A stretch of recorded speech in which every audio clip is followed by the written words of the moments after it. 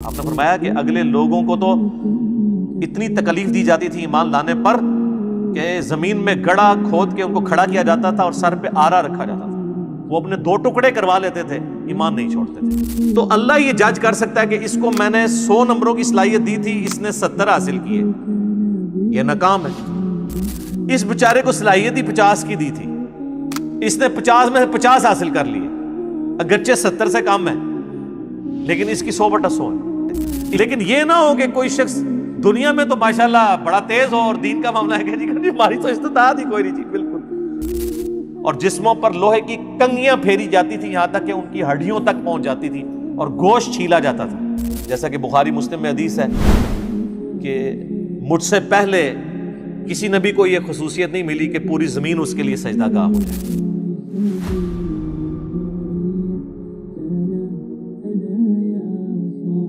لا یکلف اللہ نفسا الا وسعها، اللہ تعالی کسی جان پر بوجھ نہیں ڈالتا مگر اتنا ہی جتنا اس کی وسعت ہے۔ یہ دنیا کے اعتبار سے بھی ہے، آخرت کے اعتبار سے بھی،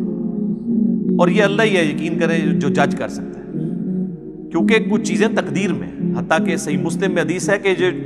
یہ جو دانائی ہے نا، کسی کا ذہین ہونا، یہ بھی تقدیر سے ہے۔ تمام لوگ ذہانت میں برابر نہیں ہو سکتے، البتہ ایک ڈیٹم لیول پہ چیز ہے جو سب کو دی اللہ نے، وہ اللہ کی پہچان ہے، آخرت کی کامیابی وہ حاصل کر سکتے ہیں۔ اس میں اگر کوئی پاگل ہے اس سے تو ویسے ہی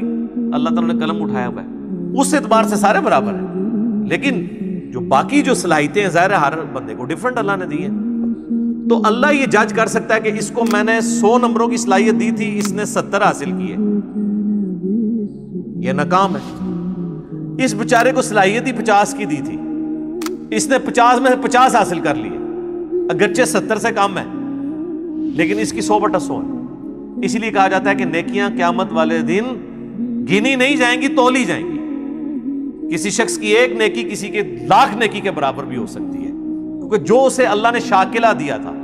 سورہ بنی اسرائیل میں سے کہا گیا نا کہ شاکلہ، گیون سرکمسٹانسز، جو ماحول دیا گیا، کچھ چیزیں آپ کو تقدیر کے اعتبار سے دی گئیں،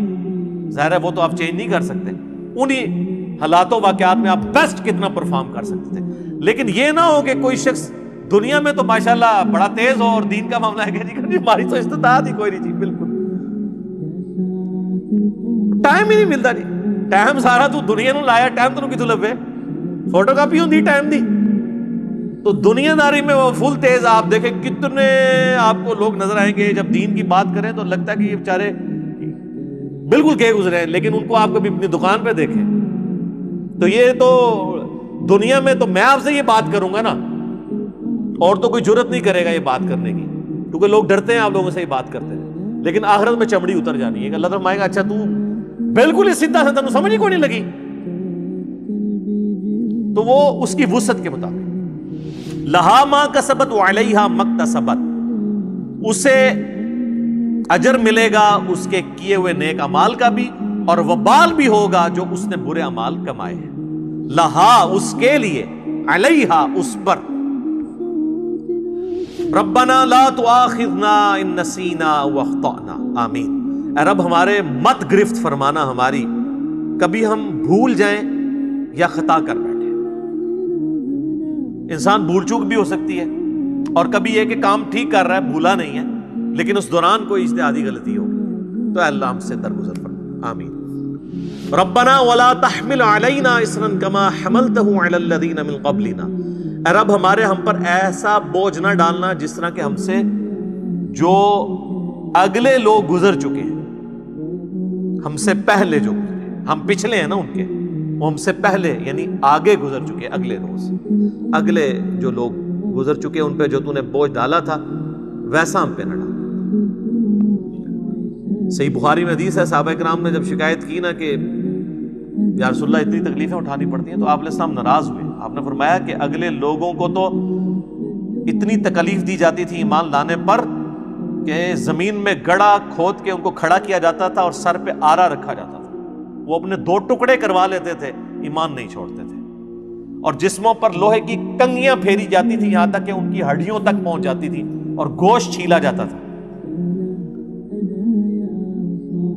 قرآن میں بھی سورۃ العنکبوت کا سٹارٹ پڑھ لینا، اللہ تعالیٰ فرماتا ہے کہ کیا تم اس بات پہ چھوڑ دیے جاؤ گے کہ ایمان لے کر آئے اور تمہاری کوئی آزمائش نہیں ہوگی؟ ہم نے تم سے پہلے لوگوں کو بھی آزمایا تھا، تمہیں بھی ضرور آزمائیں گے. جو سورۃ البقرہ میں ہے وَلَنَبْلُوَنَّكُمْ بِشَيْءٍ مِّنَ الْخَوْفِ وَالْجُوعِ وَنَقْصٍ مِّنَ الْأَمْوَالِ وَالْأَنفُسِ وَالثَّمَرَاتِ، خوف سے آزمائیں گے، بھوک سے، جان اور مال میں نقصان کر کے آزمائیں گے، اور دیکھیں گے کون صبر کرنے والا ہے. ربنا ولا تحمل علينا اصرا كما حملته على الذين من قبلنا ربنا ولا تحملنا ما لا طاقة لنا به، اے رب ہمارے ہم پر ایسا بوجھ نہ ڈالنا کہ جس کو لے کر ہم چل نہ سکیں، ایسا بوجھ نہ ہو، یعنی ہمارے معاملات بھی چلتے رہیں اور ہمیں جو شریعت کی پابندیاں ہیں اس کو بھی ہم ایگزیکیوٹ کرتے رہیں. ایسا نہ ہو کہ ایسے حالات و واقعات بن جائیں کہ ہم تیرے احکامات کی پیروی نہ کر سکیں حلال اور حرام کے اعتبار سے. واعف عنا، اے اللہ ہم سے درگزر فرمانا، آمین. ویسے عفو کہتے ہیں ڈھیل دینے کو، چھوڑ دینا. واغفر لنا، اور ہمارے گناہوں کو ڈھانپ دینا، ہماری بخشش فرمانا. وارحمنا، اور ہم پر رحم فرمانا. انت مولانا، تو ہی ہمارا پشت بنا ہے. حسبنا اللہ ونعم الوکیل، ہم نے اللہ پر بھروسہ کیا اور وہی بہتر کارساز ہے، وہی ہمیں کافی ہے. فانصرنا علی القوم الکافرین، پس کافروں کے مقابلے پر ہماری مدد فرمانا. اچھا،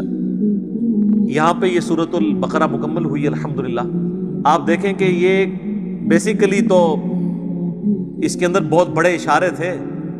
آخری آیات کے اندر، کیونکہ یہ غزوہ بدر سے پہلے نازل ہوئی ہے، اور اب یہ دعائیں سکھائی جا رہی ہیں کہ اب تمہارے جہاد اور قتال کے مراحل شروع ہونے والے ہیں. اس وقت تو صحابہ کو پتہ ہی نہیں تھا، ان کی تو پوری زندگی جو ہے وہ جنگوں سے عبارت تھی.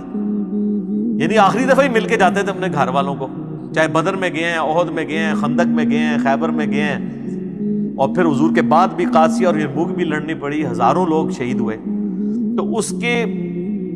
یعنی تمہید کے طور پہ یہ صحابہ کرام کو تعلیم دی جا رہی ہے کہ اب تم پہ مشکل حالات و واقعات آنے والے ہیں، تیاری کر لو. یہ دعائیں اللہ تعالیٰ سے مانگتے رہو اور اللہ کی طرف رجوع رکھو تاکہ اللہ تعالیٰ کافروں کے مقابلے پر تمہاری مدد فرمائے، آمین. تو یہ میرے بھائیوں کمال کی آیات ہیں. ان کے اوپر تو خیر 1 گھنٹہ اور بھی گفتگو کی جا سکتی تھی. میں نے کوشش کی کہ جو ٹیکنیکل ایشوز ہیں نا اس کو ڈسکس کروں جن کی تفسیر مشکل تھی. باقی چیزوں کو میں نے سکپ کر دیا، یہ کیونکہ سیلف ایکسپلینیٹری ہیں خود ہی یہ آیات. باقی نبی صلی اللہ علیہ وآلہ وسلم کی بعثت کی برکت سے کئی ایک اللہ تعالیٰ نے شریعت کی پابندیاں جو اس میں آیا نا کہ ہم سے پہلے لوگوں پہ جو بوجھ ڈالے ہم پہ نہیں ڈالنے، تو وہ کئی ایک بوجھ تو حضور کی بعثت کے ساتھ ہی اللہ تعالیٰ نے اٹھا لیے ہیں. جیسا کہ بخاری مسلم میں حدیث ہے کہ مجھ سے پہلے کسی نبی کو یہ خصوصیت نہیں ملی کہ پوری زمین اس کے لیے سجدہ گاہ ہو جائے. وہ تو سفر میں جاتے تھے تو نمازیں گنتے رہتے تھے، واپسی پہ آ کے صرف مسجد میں ہی ادا کر سکتے تھے. میرے لیے اللہ نے پوری زمین مسجد بنا دی، جہاں مرضی میرے امتی نماز ادا کریں. اگلی امتوں کے لیے مال غنیمت حرام تھا، یعنی جنگوں میں کافروں کا چھوڑا ہوا مال وہ لا کر ایک اوپن میدان میں رکھا جاتا تھا، آسمان سے ایک بجلی نازل ہوتی تھی، وہ راکھ ہو جاتا تھا، تاکہ یہ چیز انشور ہو کہ کوئی بھی مسلمان کافر کا مال لوٹنے کے لیے جنگ نہیں کرے گا بلکہ اللہ کے لیے کرے گا. تو ویسے یہ پابندی کسی حد تک ٹھیک ہی تھی، لیکن حضور کی برکت سے اللہ تعالیٰ نے مال غنیمت کو